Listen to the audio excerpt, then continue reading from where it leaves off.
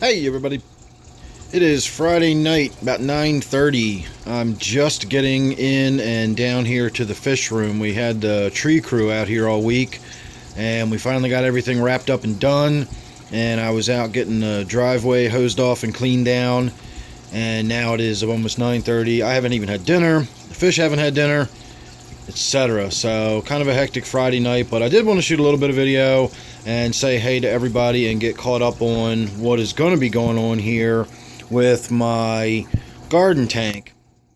You can probably tell the daylilies are more or less done. The foliage itself is starting to yellow, so we're probably going to be getting rid of the daylilies within the next day or so. I've already taken my big coleus that was here on the corner. I've taken that outside. I don't know how I feel about this mad giant chia pet looking thing with the side pony sitting on top of the filter there, so that's probably going to change. In fact, quite a few things are going to change, and let's go around here and look at what already has changed. There's nothing back here anymore. I got rid of all those hostas. The guy that was doing my tree work mentioned he's got an area in his yard where he needs some big sort of broadleaf shade plants, and he was wondering if I had any hostas that I could spare. Of course, I've got a million I could spare, but I just happen to have 3 big planters full of them in here already.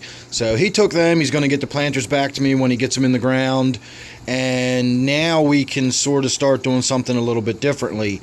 I do have another one of those LED grow lights sitting in the other room. I'm not doing anything with it right now. So my plan is, while we've got this one sort of hanging at an angle, you can see it's kind of facing forward and down. I want to hang the other one back here, and I want to hang it straight down, so we basically have a circle of light back here that's much more intense.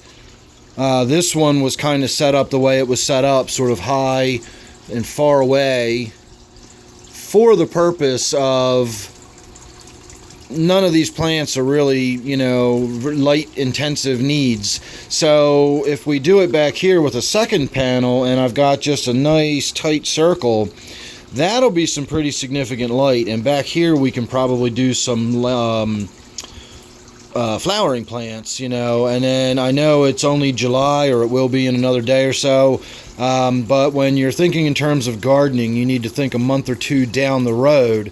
So what's probably going to wind up happening is, by the end of summer and getting into autumn, right as the leaves are dropping off of everything else, I'm hoping that the fish room will be coming bright and sunny and cheerful, and we're going to have lots of flowering plants going on and that sort of thing. So I don't know exactly what I'm going to do, but it is supposed to be near 100 degrees over the next few days. So whatever I'm going to do, it's probably going to be over the next few days, because I don't imagine I'm going to be getting outside doing a whole lot, with temperatures like that.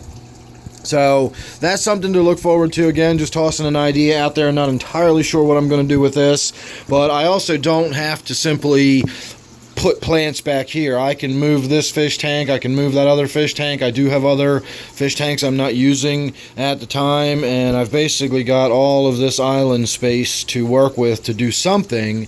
And I will have a second hanging sort of flat right here, shining straight down. I'll have a second one of these lights, or maybe not, depending on how I want to hang it or what I wind up doing with it. I don't know, but I've got options. I got stuff I can do.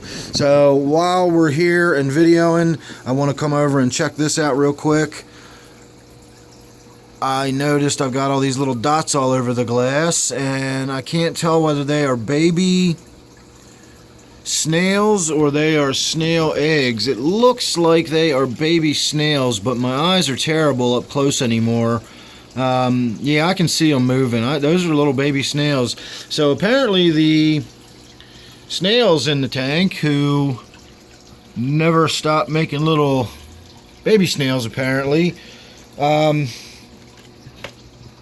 their egg sacs have hatched. I had some eggs on the back there, and they look like they either have broken loose or fallen or something, but I'm going to guess maybe some of them have hatched.